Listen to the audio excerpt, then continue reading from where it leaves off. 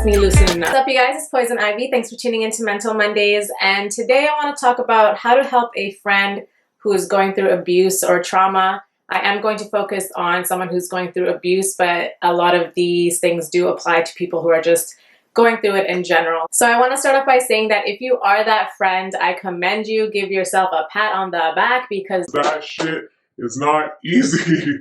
It is very draining and it takes a lot of patience. You're basically watching them deteriorate and become this version of them that you don't even recognize, and they're just really in a bad space and they're not even themselves, and that's why you really need to stick by them. So this is a really difficult position to be in because when you're watching someone you love struggle so much and deteriorate and all you want to do is help them and you're powerless to help them, it's just a very defeating feeling, and it really sucks. It just really sucks, but there's nothing you can do about it. And the only way you can really be there for them is to continuing to be there for them. Because like I said in my cycle of abuse video, isolation is a huge factor why victims end up staying in their relationships as long as they do, because they have isolated themselves from their loved ones and they don't really know how to reach out for the help, or if they do, they just feel a lot of shame and guilt. So what you can do is alleviate the guilt at least, and just by letting them know that you're always going to be there for them and you are there for them no matter what. So anyways, that being said, let's get into it. So first I want to start off with some warning signs, because your friend or loved one is not always going to directly come and tell you that they are in an abusive relationship. They may deny it for a long time. They're going to make excuses, all that stuff. So I'm just going to go over some warning signs. So number one, their partner insults them in front of other people. That is a huge red flag, and that is considered social abuse as well. Number two, they're constantly worried about upsetting their partner or making them angry. And this is not always super obvious. It could be in little ways, like you guys are just hanging out and they're just constantly on their phone, worried about returning text messages or needing to get back, rushing home. They can't stay that extra 15 or 30 minutes just to finish the movie or whatever, because they need to get back, because it's going to be a huge problem if they don't. Number three, they make excuses for their partner's behavior. So let's say they just got insulted by their partner in front of everybody. So you're like, what the fuck? Why did so-and-so say that to you? And they are making up all these excuses. I had said this earlier, this had happened earlier, this and that. And it's never as bad as what their partner has actually done, but there's always an excuse for it. Number four, their partner is extremely possessive or jealous. And I mean, like, everyone gets a little jealous and, whatever here and there, but I mean, like, you're going to the corner store and it's like you're a whore for going to the corner store because something is going down at the corner store. Like, they are just on another level. It doesn't even make sense how jealous they're being. Number five pertains specifically to physical abuse, because just a reminder, this does include mental, emotional, all types of abuse. So physical abuse, when you start noticing unexplained bruises, marks, cuts, whatever, that is obviously a huge red flag. Six, I think I'm on six. This should have been number one actually, is when they have stopped, if not completely, drastically stopped communicating with their family and friends.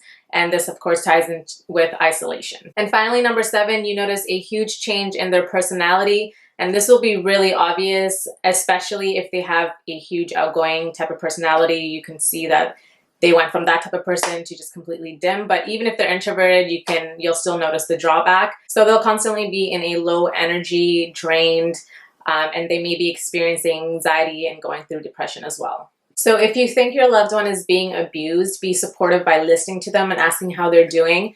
They may not be ready to leave, and as much as you want to tell them how fucking stupid they are, it won't matter. So just be supportive and listen. And on that note, I'm going to get into the steps or the list of ways you can help someone who is going through abuse. Okay, so like I said, it is going to be very difficult to bite your tongue because you just want them to get out of this toxic relationship and watch them prosper instead of deteriorate, but they do have to make their own decision and come to that realization on their own. All right, so let's get into the list. So number one, set up time to talk. Do not talk about it over the phone or text message, not just because it's better to talk about it in person, but you never know how their partner is going to react if they are going through their phone, all that stuff. And even if they're not physically abusive, that can trigger a fight that's going to last for weeks. That's going to drain the hell out of them. You do not want to talk about these things over the phone, okay? And another thing, if their partner sees that type of conversation and sees you as a threat, sees you as someone who's going to pull, you know, your friend away from their toxicity, they're going to see you as a threat and they're going to try to push you out the picture, and you're going to become the main focus of their fights. And that might cause your friend to isolate you even more and have more of a drawback. So set up time to talk with them in person. So number 2, let her know you are worried about her safety. And I mean, this applies to men too, but I'm going to say her to make this all easier. Let her know you are worried about her safety. Tell her about the times that you were worried about her and try to help her see how abuse is wrong. She may deny it. She may deny even being in an abusive situation, but just hear her out. Just let her know that you want to help and support and be there for her no matter what decision she decides to make. So number 3, of course, be supportive. Listen to your loved one. It may be very hard for her to talk about the abuse, but let her know that she's not alone, and just offer an ear and a shoulder to cry on, whatever she needs. So offer specific help, of course, listening to them, but also if you have a couch you can offer, if you have transportation you can offer, any little thing that's specific, or even if you don't know, you can ask them, you can ask her specifically, or let her know, whatever you need, I'm here, whatever I can do to help. I am here. Okay. Number 5, Please do not place any shame, blame, or guilt on them. Don't do it, okay? Do not say things like, you just have to leave, I don't know why you're staying. Anything like that, do not say it. They know it already, okay? Don't be redundant. Just express that you are worried for her, that you're scared that something might happen to her, and that you're here for her no matter what. I mean, that's really the basis of all of this. Do not place any shame, blame, or guilt on her while she's going through this. I mean, at all, but especially during this time. And let her know that you understand that her situation is very difficult as well.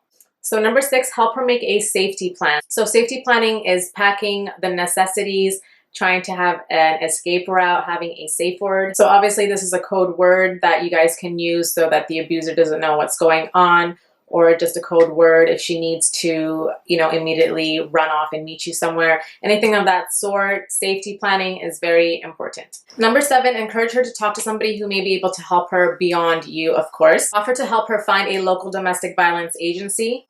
Offer to go with her to the agency, to the court, to the police, anything that she needs, any type of steps that she wants to make that's legal, that's, you know, related to counseling, psychologist, whatever it is.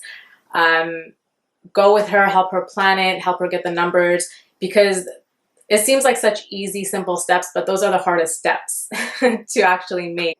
It's so easy to neglect these steps because it's really hard to face. It's really hard to just get the help that you need. So it's nice when you have the support you need to get to where you need to be. So number 8, number 8 is going to be the hardest one for you as the friend, and that's to be supportive even if she decides to stay. Whether she decides to stay or go back multiple times, whatever the case, you're not going to get it. No one is going to get it. It's not going to make any sense, but that's the decision she made, and just support her. Just support her. So anyways, just refer to my video on the cycle of abuse, on why people stay in abusive relationships. It is very hard to understand when you haven't been in it. It's just one of those things, but just please be supportive and just let them know that you are always there no matter what, because that's where the friendships actually usually get lost, or the loved ones, because they get so sick of seeing you go back. You know, as the friends, we get sick of it. We're like, what the fuck are you doing? Like, I cannot watch you keep going back to this crazy shit when I'm trying to help you, you know, and you're giving all your energy listening and trying to help them and do all these things, and you're putting all your time and energy, and it's like, it's not going anywhere. So you just, you know, you get really upset about it, but you just really need to remember all the hardship that they're going through. It's 10 times worse than what you are feeling. And I know it's really hard. It's very hard to watch a friend go through something so detrimental in their life, but please just let them know you have their back and continue to be in their lives, even if they're like, even if they cut you off, and that might happen. And that's nothing personal either. That's because of the abuser, because the abuser is giving them so much shit that it might force them to cut you off. And even then, I really urge you to please be understanding of that. And that's why I say, you know, the isolation factor is so fucking huge. All right, you guys, I think that's basically everything. If you do hear or witness, you have suspicions of domestic violence, please don't hesitate to call 911. If it's no immediate danger, then call your local police department and just report it, and maybe a random drop-in may help prevent the abuse as well. Now, friendships are so important, and as you get older, you realize, you know, you will be lucky to have 1 or 2 close friends as you get older and older. Cherish those friendships. Do not take it for granted. You know, they become like family. It's just like romantic relationships or family relationship. Your close friends see the worst of you, and not all friendships are going to make it through that. And cliche sayings are cliche for a reason. You know who your real friends are when you go through the toughest of the toughest. Of the toughest. Because it tests your friendship, it tests you. And even in friendships, sometimes it's not always 50-50. When your friend is at 0, you may need to put in all that work to, you know, be there for them and be that support until they can get back to where they need to be. And that can be a very, very hard thing to do, especially if you're an impatient person. It's going to be very emotional. It's going to be very irritating. But I commend you guys again for being that friend, and please continue to be that friend, because you can potentially save a life. You can save a life, you guys, by being that friend for somebody. Yeah, you can literally save a life by being that friend for somebody, and this applies to anxiety, depression, you know, any type of mental health or traumatic situations that people are going through. I'm trying to talk through it, but it's not working.